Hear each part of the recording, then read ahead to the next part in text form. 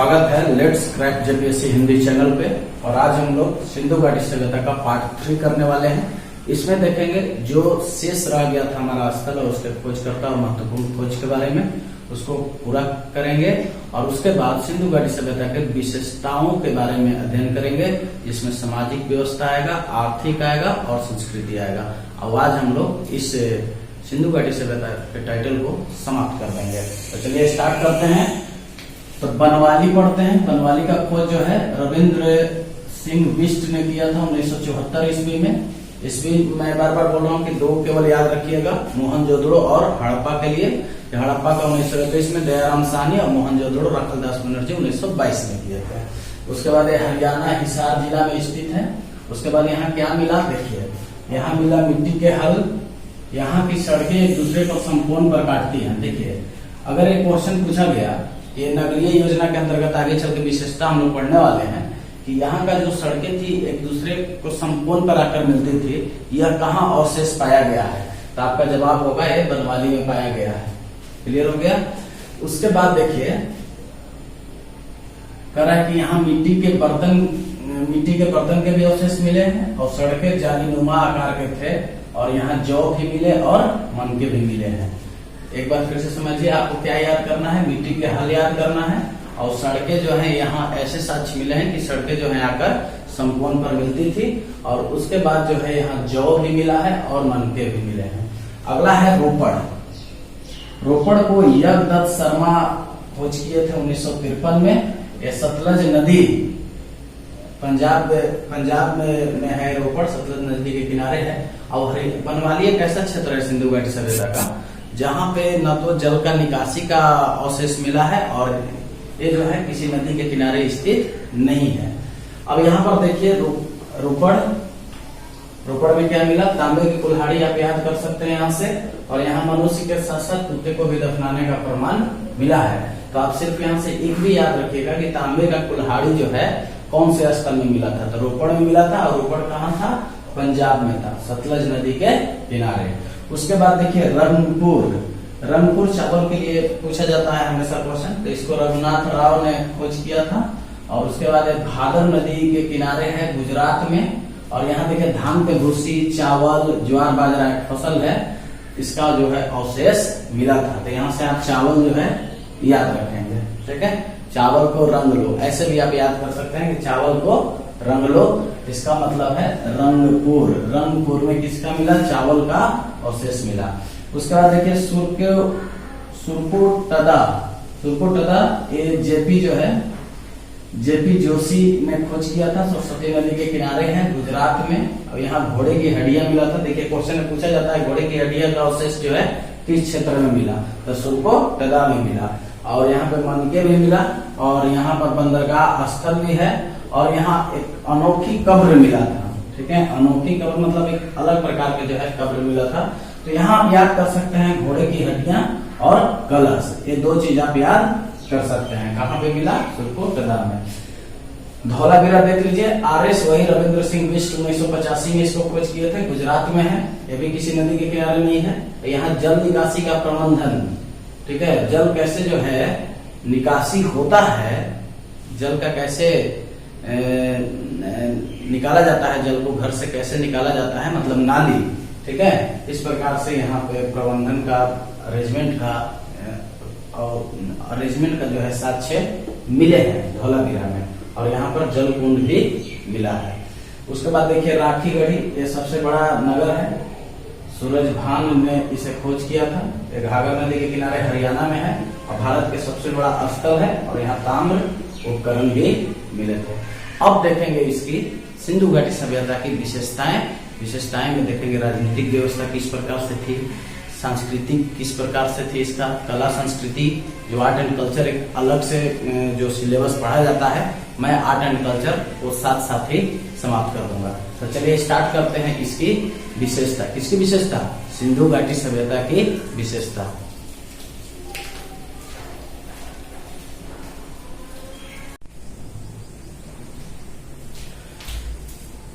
स्वागत है सभी का let's crack JPSC Hindi channel पे। और आज हम लोग सिंधु घाटी सभ्यता को आगे बढ़ाते हैं। सिंधु घाटी सभ्यता का पार्ट 3 पढ़ते हैं और पार्ट 3 में हम लोग देखेंगे सिंधु घाटी सभ्यता की विशेषताएं। तो इससे पहले क्या क्या पढ़े हम लोग उसको थोड़ा सा ओवरव्यू कर दे रहे हैं। सबसे पहले हमने देखा सिंधु घाटी सभ्यता का परिचय, इंट्रोडक्शन, उसका समय और कैसे उत्पत्ति हुई और उसका क्षेत्र विस्तार क्या है। और उसके बाद हमने देखा कि क्षेत्र विस्तार भारत के मैप के जरिए देखा कि भारत में कहाँ कहाँ पे क्षेत्र हैं, पाकिस्तान में कहाँ पे हैं और अफगानिस्तान में कहाँ है। तो मुख्य रूप से सभ्यता जो है 3 देशों में फैली हुई थी, अफगानिस्तान, पाकिस्तान और भारत। तो हम लोग बारी बारी से डिटेल सबका ले चुके। उसके बाद हम देखे महत्वपूर्ण स्थल के बारे में देखे और उसके बाद महत्वपूर्ण खोज के बारे में देखे और महत्वपूर्ण खोज कर्ता के नाम और ईस्वी का हम जानकारी ले चुके हैं। अब देखते हैं सिंधु घाटी सभ्यता की विशेषता के बारे में, इसकी कौन कौन सी विशेषता है। और विशेषता एग्जामिनेशन दृष्टिकोण के लिए मैं आपको बता दे रहा हूँ कि पीटी और मेंस दोनों के लिए इंपोर्टेंट है। ज्यादातर मेंस के लिए इंपोर्टेंट है कि किसी चीज पर प्रकाश डालने के लिए क्वेश्चन पूछता है कि जैसे पूछ दिया कि सिंधु घाटी सभ्यता के नगर नियोजन पर प्रकाश डालें, सिंधु घाटी सभ्यता की सामाजिक व्यवस्था किस प्रकार से थी, सिंधु घाटी सभ्यता की धार्मिक जीवन पर प्रकाश डालें, इस प्रकार से क्वेश्चन पूछे जा सकते हैं। तो आइए हम लोग सभी प्रश्नों का जवाब लेते हैं इस वीडियो के अंतर्गत। सिंधु घाटी सभ्यता की विशेषताएं। तो पहला इसके अंतर्गत टाइटल हम लोग पढ़ेंगे आज, नगर नियोजन। नगर नियोजन पहला टाइटल हम लोग पढ़ेंगे, नगर नियोजन। तो नगर नियोजन पढ़ने से पहले कुछ समरी आप जान ले कि नगर नियोजन किस टाइप के था सिंधु घाटी सभ्यता या हड़प्पा सभ्यता का। नगर नियोजन कहने का मतलब मतलब ये शहरी व्यवस्था थी। आपको पता है किस प्रकार की ये व्यवस्था थी, शहरी व्यवस्था थी, ग्रामीण व्यवस्था नहीं थी। ये आपको याद रखना है। एक किस प्रकार की व्यवस्था थी, नगरीय व्यवस्था थी, शहरीय व्यवस्था थी। तो अब इसका मतलब नगर का स्ट्रक्चर किस प्रकार से रहा होगा, ठीक है। नगर की सड़कें किस प्रकार से रही होंगी, नगर की नालियां किस प्रकार से रही होंगी, नगर के घर किस प्रकार से रहे होंगे, उस घर में कितने कमरे रहे होंगे, इस प्रकार के चर्चा हम लोग अभी करने वाले हैं नगर नियोजन के अंतर्गत। तो सबसे पहले इसके अंतर्गत हम लोग चर्चा करेंगे टीला की। मैं थोड़ा सा पहले समरी बता दूं कि क्या क्या चर्चा हम लोग करने वाले हैं नगर नियोजन के अंतर्गत। तो सबसे पहले टीला की चर्चा करने वाले हैं और उसके बाद टीले के अंतर्गत फिर दुर्ग की चर्चा करेंगे और उसके बाद फिर सड़क की चर्चा करने वाले हैं और फिर नालियों की चर्चा करेंगे और फिर आवास की चर्चा करेंगे।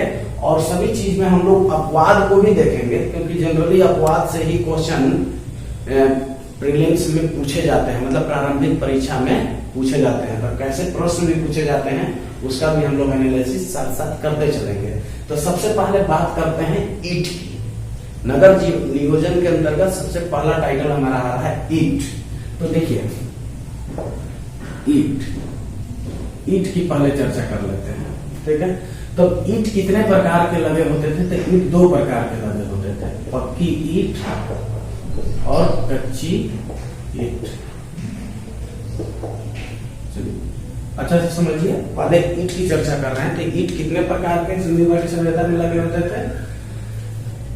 ईंट 2 प्रकार से लगे होते थे, पक्की ईंट और कच्ची ईंट। तो अब यहाँ ध्यान देना है आपको कि कच्ची ईंट कहाँ लगे होने का साक्ष्य मिले हैं और पक्की ईंट कहाँ लगे होने के साक्ष्य मिले हैं। तो सबसे पहले लिख लेते हैं पक्की ईंट और कच्ची ईंट के बारे में। चलिए स्टार्ट करते हैं। हड़प्पा, मोहनजोदाड़ो, कालीबंगा,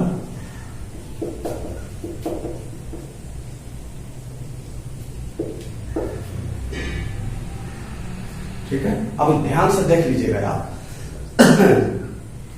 उसके बाद एक जगह और भी है, रंगपुर। चलिए ध्यान दीजिए, हड़प्पा, मोहनजोदड़ो, कालीबंगा और रंगपुर, ये 4 जगह पर पहले हम लोग फोकस करते हैं। ये 4 जगह क्या है? हड़प्पा, मोहनजोदड़ो, कालीबंगा और रंगपुर। ध्यान दीजिएगा, हड़प्पा और मोहनजोदड़ो इन दोनों में लगाई गई थी पक्की ईंट।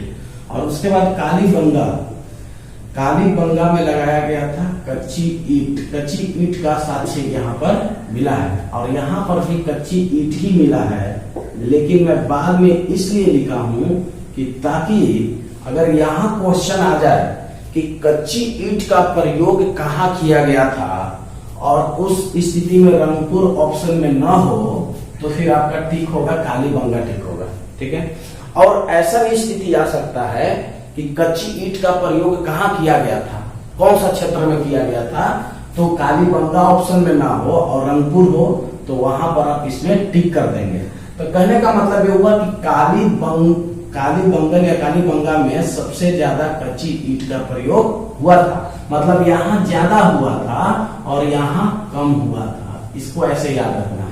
अब ध्यान दीजिएगा, अभी हम ईंट पढ़ रहे हैं तो ईंट का इस्तेमाल पक्की ईंट का किया गया था और कच्ची ईंट का किया गया था, और हड़प्पा मोहनजोदड़ो में पक्की ईंट लगा था, कालीबंगा में कच्ची ईंट और रंगपुर में कच्ची ईंट। अब यहाँ पर ध्यान दीजिए, पक्की ईंट ये बताता है कि ये जो सभ्यता थी वो शहरी सभ्यता थी और ये सभ्यता जो थी वो मेसोपोटामिया और सुमेरियन सभ्यता से भिन्न थी। लेकिन जब कच्ची ईंट का साक्ष्य मिला तो इस पर विद्वानों को क्या कहना था, इस पर विद्वानों को ये कहना था कि ये मेसोपोटामिया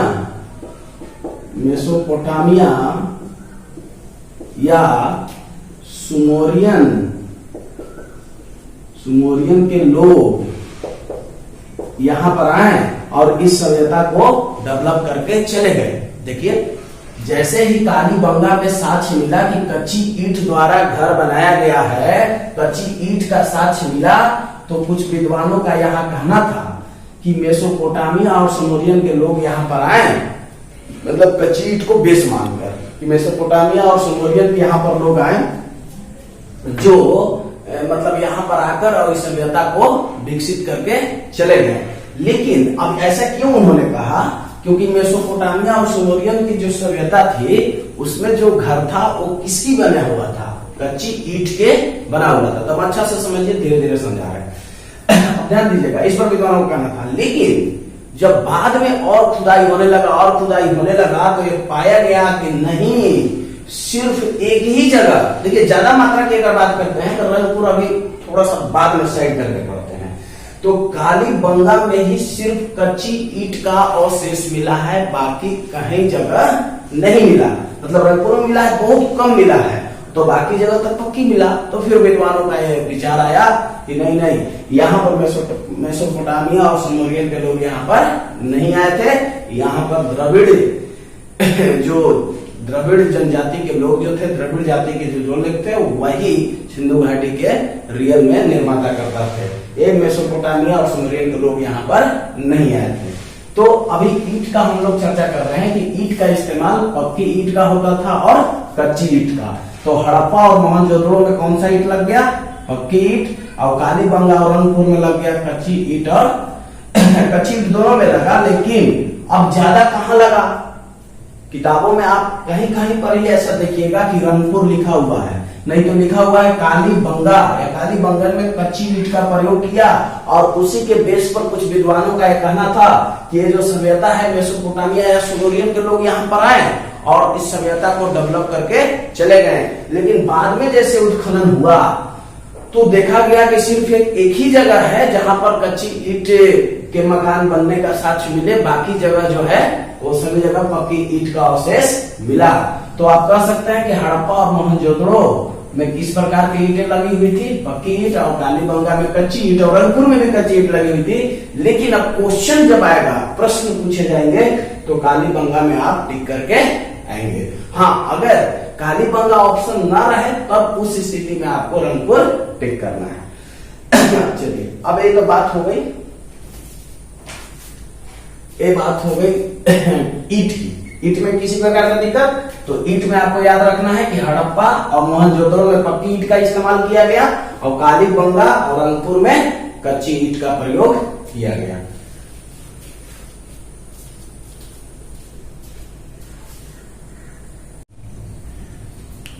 चलिए, अब बात करते हैं। अभी हमने बात किया ईंट का, ईंट कहाँ पे लगा था, तो सिंधु घाटी सभ्यता के विशेषता के अंतर्गत हम लोग टाइटल पढ़ रहे हैं नगर नियोजन। और नगर नियोजन में अभी हमने पढ़ा ईंट के बारे में। तो ईंट जो है, पक्की ईंट का प्रयोग मोहनजोदाड़ो और हड़प्पा में किया गया था, और कच्ची ईंट का प्रयोग कालीबंगन और रंगपुर में किया गया था। यहां से आप याद रखेंगे। चलिए अब आगे पढ़ते हैं टीला के बारे में। टीला या दुर्ग, टीला या दुर्ग, इसके बारे में पढ़ते हैं। इसके अंतर्गत दूसरा टाइटल है, पहला था ईंट। चलिए ध्यान से देखिएगा। अब हड़प्पा सभ्यता में टीले का बहुत ज्यादा महत्व है। ठीक है, टीले का जिक्र हमेशा मिलता है कि पश्चिमी टीला और पूर्वी टीला, दो प्रकार के टीला यहाँ पे अवशेष मिला। सिंधु घाटी सभ्यता में पश्चिमी टीला का वर्णन किया गया है और पूर्वी टीला का। तो अब आप यहाँ पर समझिए, लेफ्ट और राइट समझ लीजिए, और इधर आप पूर्व ले लीजिए और इधर ले लीजिए पूर्वी, ऐसे कर लीजिए, पूर्वी और इधर पश्चिमी। देखिए दो ठो टीला मिला, पहला इधर पूर्वी टीला और यहां मिला पश्चिमी टीला। पश्चिमी टीला, ठीक है, दो ठो टीला हमें मिला। कितना टीला मिला? दो ठो। फिल करके थोड़ा सा पढ़िए, हम टाइटल लगा दीजिए ताकि ज्यादा सा फील आए, और फीलिंग जितना ज्यादा आएगा उतना ज्यादा आपको ये समझ में आएगा टाइटल। तो देखिए पश्चिमी टीला मिला और फिर क्या मिला? पूर्वी टीला।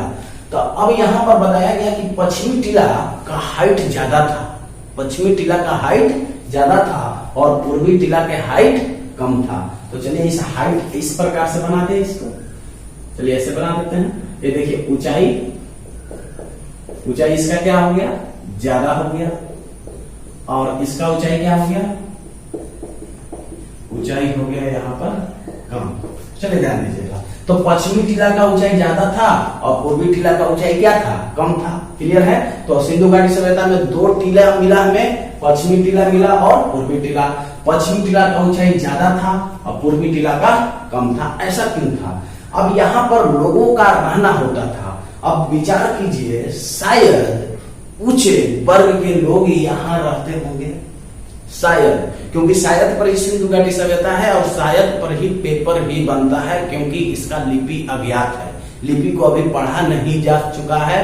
और इस लिपि में 400 शब्द हैं, जिसमें से 64 मूल शब्द हैं, लेकिन अभी भी इसको पढ़ा नहीं जा सका है। इसलिए शायद ही पढ़ना है आपको सब जगह, और शायद पर पेपर भी बनेगा। तो यहाँ पर दो टीला हमें मिला, पश्चिमी टीला मिला और पूर्वी टीला। और पश्चिमी टीला का हाइट जो है ज्यादा था, किससे? पूर्वी टीला से। अब यहाँ पर जो ऊंचाई पर टीला था, वहां पर किस प्रकार के लोग रहते थे? तो यहाँ पर उच्च वर्ग के लोग रहते थे, उच्च वर्ग के लोग रहते थे, या राजा रहते थे, मतलब उच्च वर्ग के लोग रहते थे। और यहाँ जनसाधारण लोग रहते थे, जनसाधारण लोग रहते थे। ठीक है, अब कंसेप्ट क्लियर हो गया कि जो उच्च टीला था, उच्च वर्ग के लोग यहाँ रहते थे। उच्च से कंफर्म हो जाइएगा कि दो टीला मिला, पूर्वी टीला मिला और पश्चिमी टीला। और पश्चिमी टीला जो है ऊंचाई पर होता था और पूर्वी टीला नीचे उसका होता था। तो पूर्वी टीला में कौन लोग रहते थे? जनसाधारण लोग रहते थे, सेवा करने वाले लोग रहते थे, गरीब क्वालिटी के लोग यहाँ पर रहते होंगे।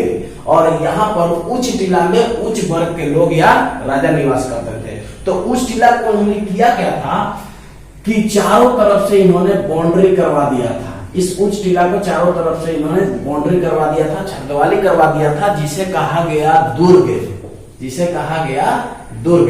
अब ऐसा क्यों करते थे? यहाँ पर प्रश्न ये उठता है कि ऐसा क्यों करते थे? दुर्ग का क्यों निर्माण करवाते थे? बड़े लोग और राजा लोग, जो उच्च वर्ग के लोग होते थे, वो दुर्ग का निर्माण क्यों करवाते थे? अब यहाँ पे प्रश्न है। तो इसका आंसर आएगा कि दुर्ग का निर्माण क्यों करवाते थे, दुर्ग का निर्माण क्यों करवाते थे। ठीक है, अब यहाँ पर आंसर आएगा सबसे पहले कि आक्रमण के डर से, और दूसरा आएगा चोरों और पशुओं के डर से। अब देखिए दोनों आंसर पर विचार कीजिए आप। पहला है कि आक्रमण के डर से और दूसरा है चोरों और पशुओं के डर से। तो देखिए आक्रमण के डर से अगर ये ऑप्शन रहेगा तो बिल्कुल आंसर सही नहीं होगा, क्योंकि सिंधु घाटी सभ्यता में कोई युद्ध का अवशेष तो नहीं मिला है, तो इनको किसी प्रकार के आक्रमण के तो खतरा था नहीं, इनको किसी प्रकार के आक्रमण की खतरा नहीं था। लेकिन चोरों और पशुओं के डर से, मतलब चोर और पशुओं से इनको खतरा था, तो ये चोरों और पशुओं के डर से ये बाउंड्री पूरा करवाते थे। उच्च वर्ग के जो लोग रहते थे, जो राजा क्वालिटी के जो लोग उच्च टीला में रहते थे, उस टीला को पूरी तरीका से कवर करवा के रखते थे। किसके डर से? चोरों और पशुओं के डर से। अब आइए बात करते हैं इसी टीला और दुर्ग का कि अपवाद में क्या है, क्योंकि प्रश्न जो है ना अपवाद से भी आते हैं। अपवाद देखिए यहाँ पर अभी तो हमने देखा कि दो टीला मिला, पूर्वी टीला मिला और पश्चिमी टीला मिला। पश्चिमी टीला ऊंचाई पर होता था, तो पश्चिमी टीला में किस प्रकार के लोग रहते थे? तो उच्च वर्ग के लोग रहते थे, राजा रहते थे। और निचला टीला मतलब पूर्वी टीला में किस प्रकार के लोग रहते थे? ये जनसाधारण लोग रहते थे। और पश्चिमी टीला को पूरा बाउंड्री से पैक किया हुआ रहता था, वो दुर्ग का निर्माण करवा देते थे। क्यों करवाते थे? क्योंकि पशुओं और चोरों के डर से, पशुओं और चोरों के डर से, आक्रमण के डर से नहीं, क्योंकि सिंधु घाटी सभ्यता में किसी प्रकार का युद्ध का अवशेष नहीं मिला है। तो ये इसका आंसर नहीं होगा, आंसर होगा चोरों और पशुओं के डर से। अब बात करते हैं अपवाद की। ठीक है, दो टीला तो यहां मिला, अपवाद में धौलावीरा है।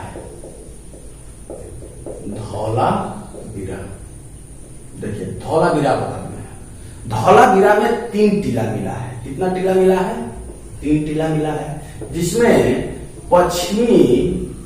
पश्चिम में मिला है 2 टीला और पूर्व में मिला है 1 टीला। याद रखेंगे, धौलावीरा अपवाद में आ गया, तो धौलावीरा में कितना टीला मिल गया?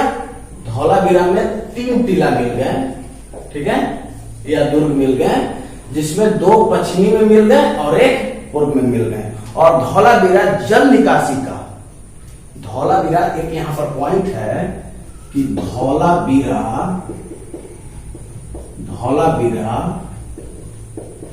जल निकासी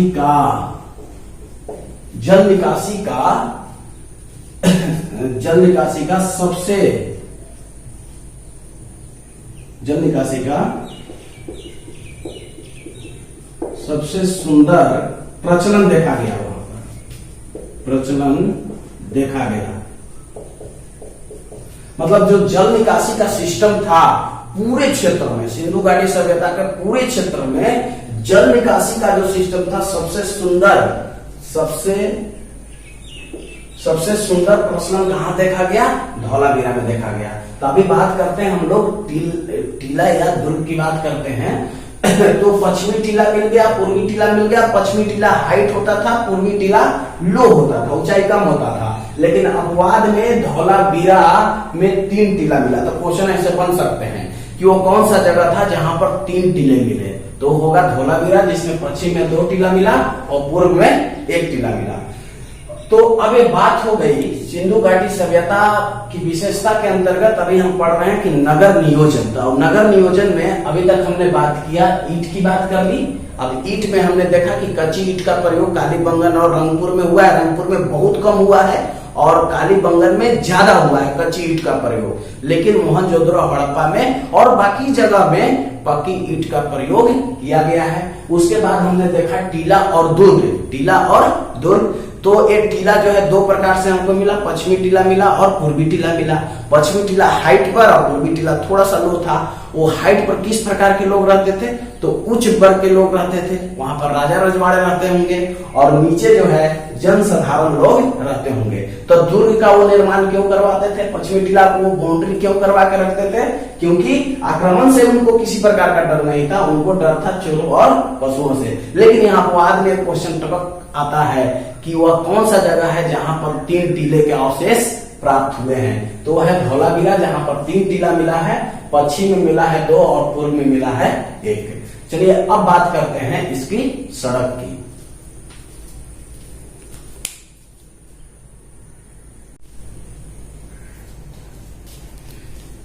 चलिए अब बात करते हैं, अभी हम लोग टीला और दुर्ग के बारे में चर्चा किए, और इसमें भी एक अपवाद आता है, देख लीजिए।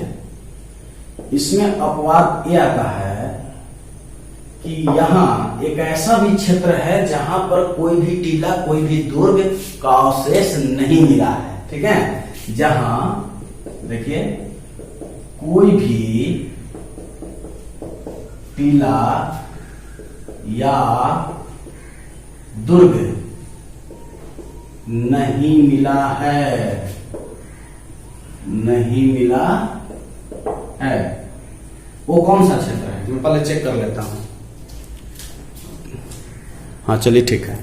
देखिए एक अपवाद है, एक अपवाद है जहां पे कोई भी टीला या दुर्ग का अवशेष नहीं मिला है। वो कौन सा क्षेत्र है, तो वो है चनहुदड़ो, चनहुदड़ो, चनहुदड़ो में किसी प्रकार का दुर्ग और टीला का अवशेष नहीं मिला है। तो यहाँ क्या मिला है, तो यहाँ मिला है सौंदर्य प्रसाधन, यहाँ पे मिला है सौंदर्य प्रसाधन, मतलब कि लिपस्टिक, लिपस्टिक का यहाँ पर जिक्र जो है किया गया है, यहाँ पर अवशेष मिला है। तो ऐसा क्वेश्चन बन सकता है कि निम्नलिखित में कहां पे दुर्ग या टीला नहीं मिला है, कहां पे दुर्ग का अवशेष नहीं मिला है। तो उसमें ऑप्शन में आपको चनहुदड़ो रहेगा, और चनहुदड़ो में आपको टिक करके आना है। क्यों, क्योंकि चनहुदड़ो में एनजी मजूमदार जो थे वो थोड़ा मारे, ठीक है, थोड़ा मारे खुदाई के लिए, और वहां से लिपस्टिक बाहर आ गया। मतलब कि वहां पर किसी प्रकार का दुर्ग नहीं था, किसी प्रकार का टीला नहीं था। वहां क्या था, वहां था ब्यूटी पार्लर, वहां था सौंदर्य प्रसाधन था। मतलब उसमें मुख्य रूप से लिपस्टिक के बारे में पूछा जाता है। तो यहाँ पे याद रखेंगे कि सिंधु घाटी सभ्यता में एक ऐसा क्षेत्र था जहां पर किसी प्रकार के दुर्ग या टीला नहीं था। वो कौन सा क्षेत्र था, चनहुदड़ो। चलिए अब आगे बात करते हैं इसकी सड़क की। चलिए तीसरा टाइटल आ रहा है इसके अंतर्गत सड़क। सड़क किस प्रकार के थे, तो सड़क में आपको बताया गया है पहले भी कि सड़कें जो थी वो जालीनुमा थी, ठीक है, और सड़कें समकोण पर एक दूसरे को काटती थी, एकदम समकोण पर काटती थी, मतलब 90 डिग्री पर काटती थी। किस प्रकार की सड़कें थी, देखिए ऐसे, इस प्रकार से सड़कें थी, और पूरे समकोण पर काटती थी, ऐसे काटती थी, ठीक है।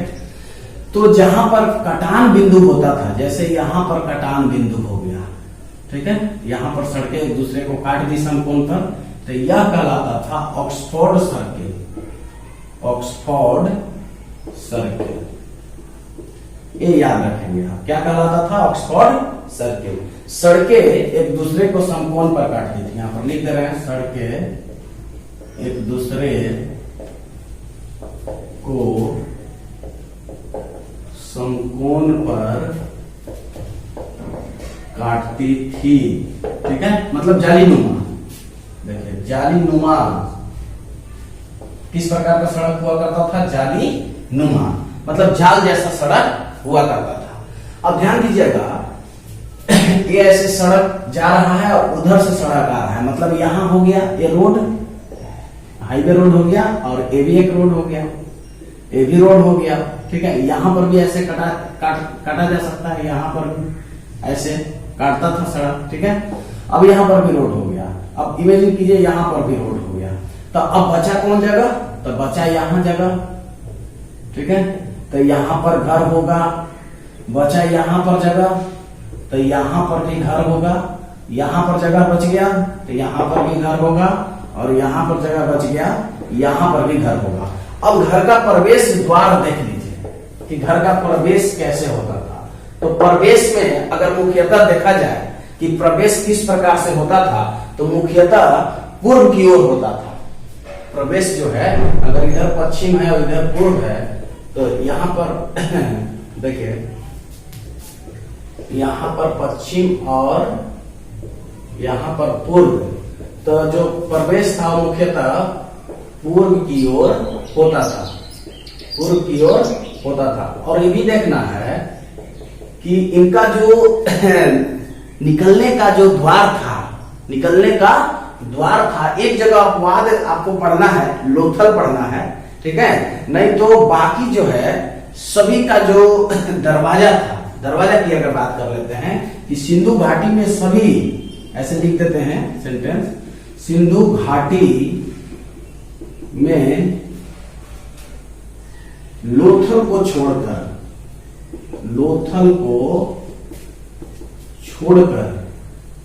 सभी का दरवाजा पीछे की ओर होता था, पीछे की ओर होने का साक्ष्य मिला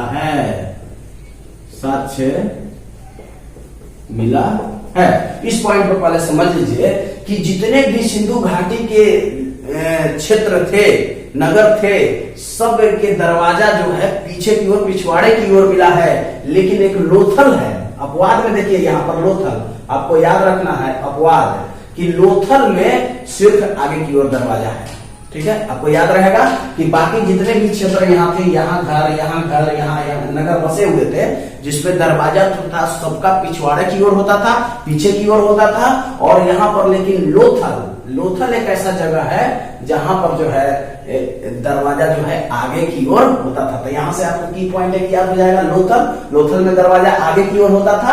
और जबकि बाकी जितने भी क्षेत्र थे, बाकी जितने भी नगर थे, वहां सबके दरवाजे कहाँ होते थे, पिछवाड़े की ओर होते थे, पीछे की ओर होते थे।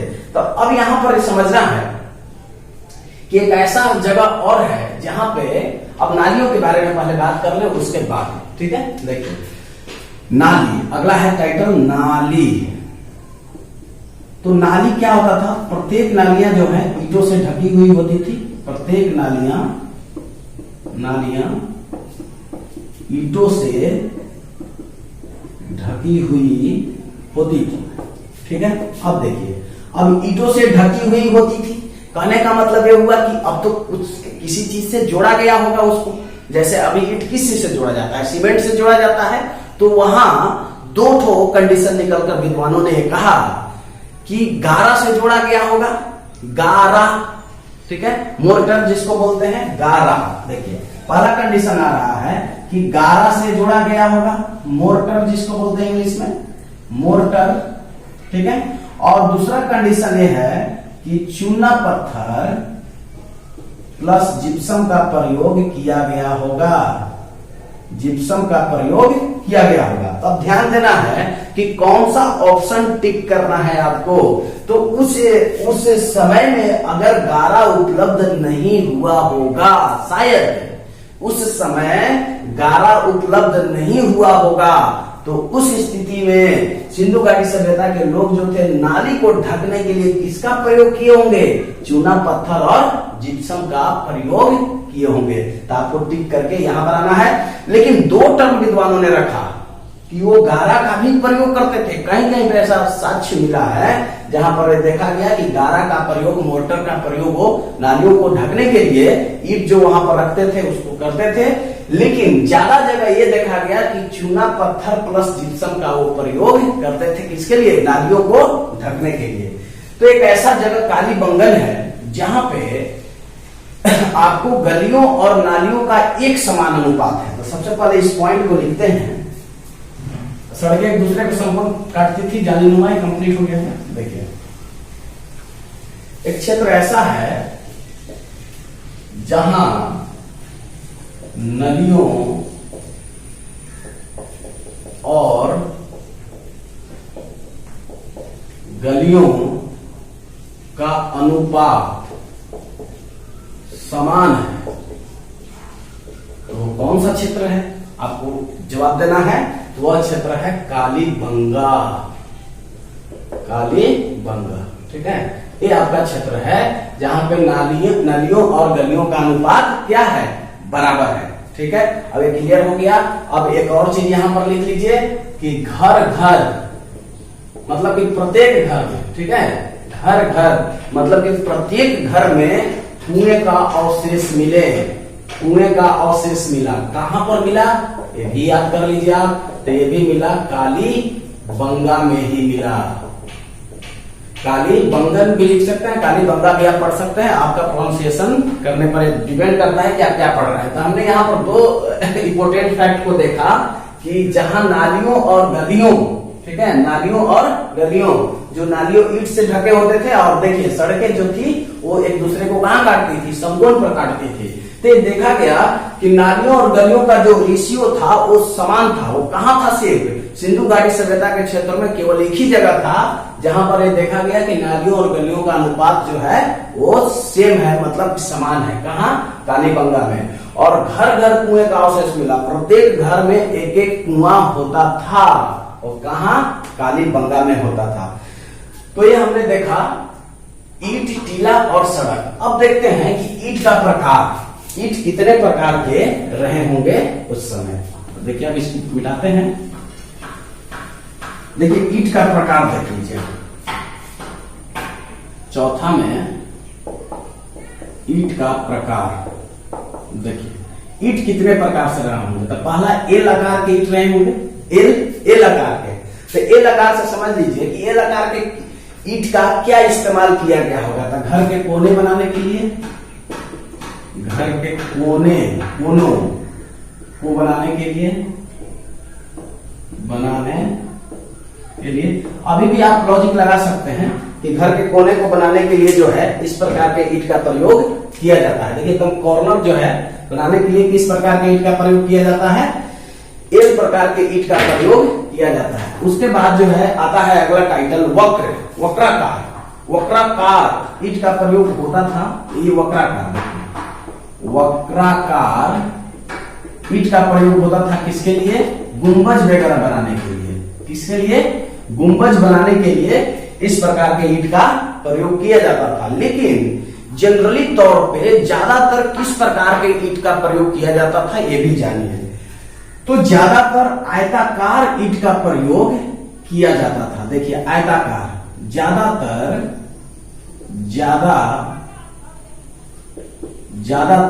ठीक है, ज्यादातर आयताकार ईंट का प्रयोग किया जाता था, जिसका अनुपात होता था। अनुपात आपको याद रखना है, जिसका लंबाई गुने चौड़ाई गुने ऊंचाई का अनुपात होता था। अनुपात आप याद रखेंगे 4:2:1। अनुपात आपको याद रखना है, लंबाई गुने चौड़ाई गुने ऊंचाई का 4:2:1। और यहां पर अगर अप्रॉक्स वैल्यू देखा जाए डेसिमल में, तो आपको लिखना है 10.25 अनुपात 2.5 अगर ये आपको करना है तो। लेकिन ऐसे जनरली जो है क्वेश्चन नहीं पूछे गए हैं। जब भी क्वेश्चन पूछे गए हैं तो आयताकार ईंट का जो है वो लंबाई और चौड़ाई और ऊंचाई का रेशियो क्या है, तो इस टाइप से आपको लगाना है 4:1। और 4:1 को यदि आप हल करते हैं मैथमेटिकल लगाकर डेसिमल में आप उसको बदलना चाहते हैं तो 10.25:5:2.5 मतलब कि 10.25:5:2.5। ये एक आयत का जो है, यहाँ आयताकार ईंट का जो है वो रेशियो होता था। तो इस प्रकार से ईंट का प्रकार हमने देखा कि एल प्रकार के ईंट का इस्तेमाल कब होता था? जब घर के कोनों को बनाना पड़ता था। वक्राकार ईंट का प्रयोग कब होता था? जब मंदिर वगैरह गुंबज निकालना पड़ता था। उसके बाद ज्यादातर ईंट किस प्रकार के देखे गए? आयताकार ईंट देखे गए। अब यहाँ पर क्वेश्चन आता है कि सबसे बड़ा ईंट हड़प्पा सभ्यता में, सिंधु घाटी सभ्यता में सबसे बड़ा ईंट कहां पर मिला? ठीक है, अब इसके बारे में देखिए। सबसे बड़ा ईंट जो है कहां पर मिला? तो सबसे बड़ा ईंट जो है मोहनजोदाड़ो में मिला। सबसे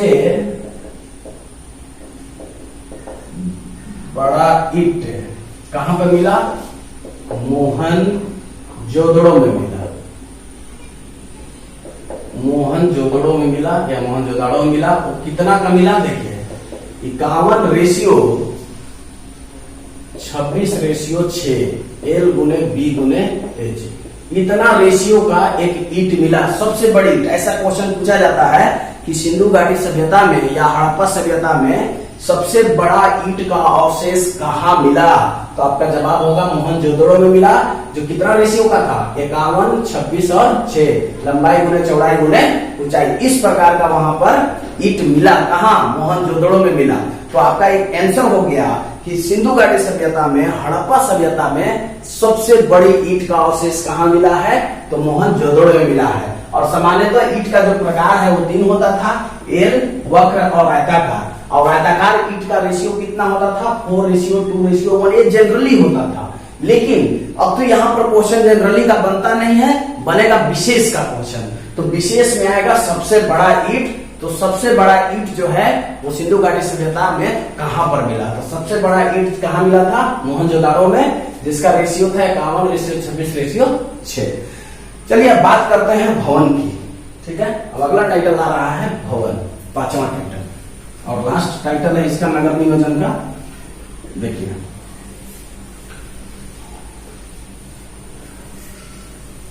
नगर नियोजन का लास्ट टाइटल है भवन। देखिए भवन किस प्रकार से होते थे? पहले आवासीय भवन लेते हैं, आवासीय भवन। तो आवासीय भवन में 3 से 4 कमरे होते थे। ठीक है, 3 से 4 कमरे होते थे। पहला जो था वो क्या होता था? रसोई घर होता था, आंगन होता था और एक स्नान घर होता था। ये जनरली होता था। रसोई घर होता था और दूसरा आंगन होता था और तीसरा स्नानागार होता था, स्नान घर। ठीक है, देखिए ध्यान दीजिएगा, पहला किस टाइप के भवन होते थे? आवासीय भवन होते थे। ठीक है, पहला नंबर दे देते हैं। तो इसमें कितने कमरे होते थे? 3 से 4 कमरे होते थे, जिसमें एक रसोई घर अनिवार्य था, मतलब कॉमन था ऐसा, और एक आंगन और एक स्नानागार। फिर विशाल भवन भी होते थे। दूसरा टाइप आ रहा है विशाल भवन भी होते थे। और विशाल भवन में कितना होता था? 30 से 40 कमरों का यहाँ पर साक्ष्य जो है मिला है। ठीक है, 30 से 40 कमरे यहाँ पर होते थे। 30 से 40 कमरे का अवशेष जो है मिला है विशाल भवन के अंतर्गत। लेकिन अब तीसरा क्वेश्चन, तीसरा टाइटल भवन से रिलेटेड है, जो एग्जामिनेशन में पूछा जाता है कि सबसे बड़ा इमारत, सबसे बड़ा इमारत का अवशेष कहाँ मिला है? देखिए अन्नागार, जहां पर कृषि जब होता था तो वन को एकत्रित करके लोग रखते थे। तो कहाँ रखते थे? अन्नागार में रखते थे। तो अन्नागार जो है वो हड़प्पा में भी मिला और मोहनजोदड़ो में भी मिला। ये आपको पता है, हड़प्पा में भी मिला और मोहनजोदड़ो में भी मिला। मतलब करीब करीब बहुत जगह जो है अन्नागार मिला। लेकिन सबसे बड़ा अन्नागार कहाँ मिला? ठीक है, या ऐसे भी पूछा जा सकता है कि सबसे बड़ा इमारत का अवशेष कहाँ मिला? हड़प्पा सभ्यता में, सिंधु घाटी सभ्यता में। तो सबसे बड़ा जो है इमारत मिला मोहनजोदड़ो में। मोहनजोदड़ो मिला। वो क्या था? अन्नागार। तो ये आपका फैक्ट है, याद रखना है कि सबसे बड़ा जो है इमारत कहाँ मिला? मोहनजोदड़ो में मिला। किसके रूप में मिला? अन्नागार के रूप में। ये बहुत बड़ा था। ठीक है, जहां पर जो है लोग जो है कृषि का जो भंडारण करते थे। और ये सबसे बड़ा इमारत के तौर पे साक्ष्य मिला है सिंधु घाटी सभ्यता या हड़प्पा सभ्यता में। तो ये भवन में हमने क्या देखा? आवासीय भवन देखा, 3 से 4 कमरे होते थे। जनरली इसमें रसोई घर होता था, आंगन होता था, स्नान घर होता था। और विशाल भवन में कितने कमरे होते थे? 30 से 40 कमरे होते थे। और सबसे बड़ा इमारत की अगर बात करें तो सबसे बड़ा इमारत अन्नागार है, जो कहां पर मिला? मोहनजोदड़ो में मिला। अन्नागार हर जगह मिला, लेकिन सबसे बड़ा कहां पर मिला? मोहनजोदड़ो में मिला। तो ये रहा सिंधु घाटी सभ्यता का नगर नियोजन का सिस्टम, कि किस प्रकार से वहां नगर थे और नगर किस प्रकार से नगरों का जो है अरेंजमेंट वहां पर किया गया था। टीला किस प्रकार से थे, दुर्ग किस प्रकार से थे, सड़कें किस प्रकार से थी, ईंट का अरेंजमेंट किस प्रकार से था, नालियों का अरेंजमेंट किस प्रकार से था और ईंटों का प्रकार किस प्रकार से था, वहां के भवन किस प्रकार से था। इसकी चर्चा आज हम लोग इस वीडियो के अंतर्गत किए। इस वीडियो में 2 सिर्फ टाइटल रखा गया था। पिछले वीडियो का कुछ महत्वपूर्ण खोज और महत्वपूर्ण स्थल छूट गया था, उसको कवर किया गया इस वीडियो में। और इस वीडियो में हम विशेषता के अंतर्गत सिर्फ एक टाइटल को रखे हैं, सिंधु घाटी सभ्यता का नगर नियोजन। तो आगे हम लोग देखेंगे, अगला वीडियो का मैं टाइटल यहीं पर बता दे रहा हूं कि आगे वीडियो का टाइटल है राजनीतिक व्यवस्था देखेंगे, सामाजिक व्यवस्था देखेंगे और फिर उसका आर्थिक जीवन के भी देखेंगे। अगर आर्थिक जीवन आ जाएगा तो अच्छी बात है, नहीं आया तो हम लोग 3 देखेंगे। देखिए पहले राजनीतिक व्यवस्था देखेंगे, फिर सामाजिक जीवन उनका देखेंगे और फिर धार्मिक जीवन पर प्रकाश डालेंगे। और अगर वीडियो शॉर्ट हुआ तो फिर उस स्थिति में आर्थिक जीवन भी उसमें इंक्लूड कर दिया जाएगा। तो ठीक है, ये रहा सिंधु घाटी सभ्यता का पार्ट 3। पार्ट 3। और पार्ट 3 के अंतर्गत हमने 2 टाइटल को कवर किया। पहला जो महत्वपूर्ण स्थल था, महत्वपूर्ण खोजकर्ता का नाम जो वहां पर रह गया था, उसको कवर किए। और सिंधु घाटी सभ्यता की विशेषता जो बहुत ही इंपोर्टेंट है, विशेषता के अंतर्गत हमने रखा नगर नियोजन को। और नगर नियोजन में हमने क्या क्या देखा, ईंट देखा, ठीक है, ईंटों का प्रकार देखा। ईंट देखा पहले कि कच्ची ईंट का प्रयोग कहाँ होता था और पक्की ईंट का प्रयोग कहाँ होता था। उसके बाद टीला देखा, दुर्ग देखा, सड़क देखा, फिर ईंटों का प्रकार देखा, भवन देखा, नालियों का अरेंजमेंट को देखा, और उसके बाद भवन देखा कि किस प्रकार के भवन कहाँ पर मिले थे। तो यहाँ से जो अपवाद हमने बताया है आपको, अपवाद आपको दिमाग में रखना है, क्योंकि अपवाद से क्वेश्चन हमेशा पूछे जाते हैं। जैसे टीला 2 मिला, पश्चिमी टीला और पूर्वी टीला, तो 3 टीले का अवशेष कहाँ मिला, तो धौलावीरा में मिला। तो धौलावीरा और क्या चीज के लिए फेमस है, तो वहां पे जल निकासी का जो है सुंदर प्रचलन था, सुंदर व्यवस्था था। तो इस टाइप से आपको अब ऐसा क्वेश्चन आ जाएगा कि जहां पे दुर्ग नहीं मिला, जहां पर कोई भी दुर्ग नहीं मिला, जहां पर कोई भी टीला का अवशेष नहीं मिला, तो क्या था, वो था चंद्रदुर्ग, जहां पर ब्यूटी पार्लर था, मतलब लिपस्टिक का वहां पर अवशेष मिला था। तो अब मिलते हैं अगले वीडियो में राजनीतिक व्यवस्था और सामाजिक जीवन और धार्मिक जीवन और आर्थिक जीवन के बारे में बात करेंगे सिंधु घाटी सभ्यता के लिए। तो आज के लिए बस इतना ही, धन्यवाद।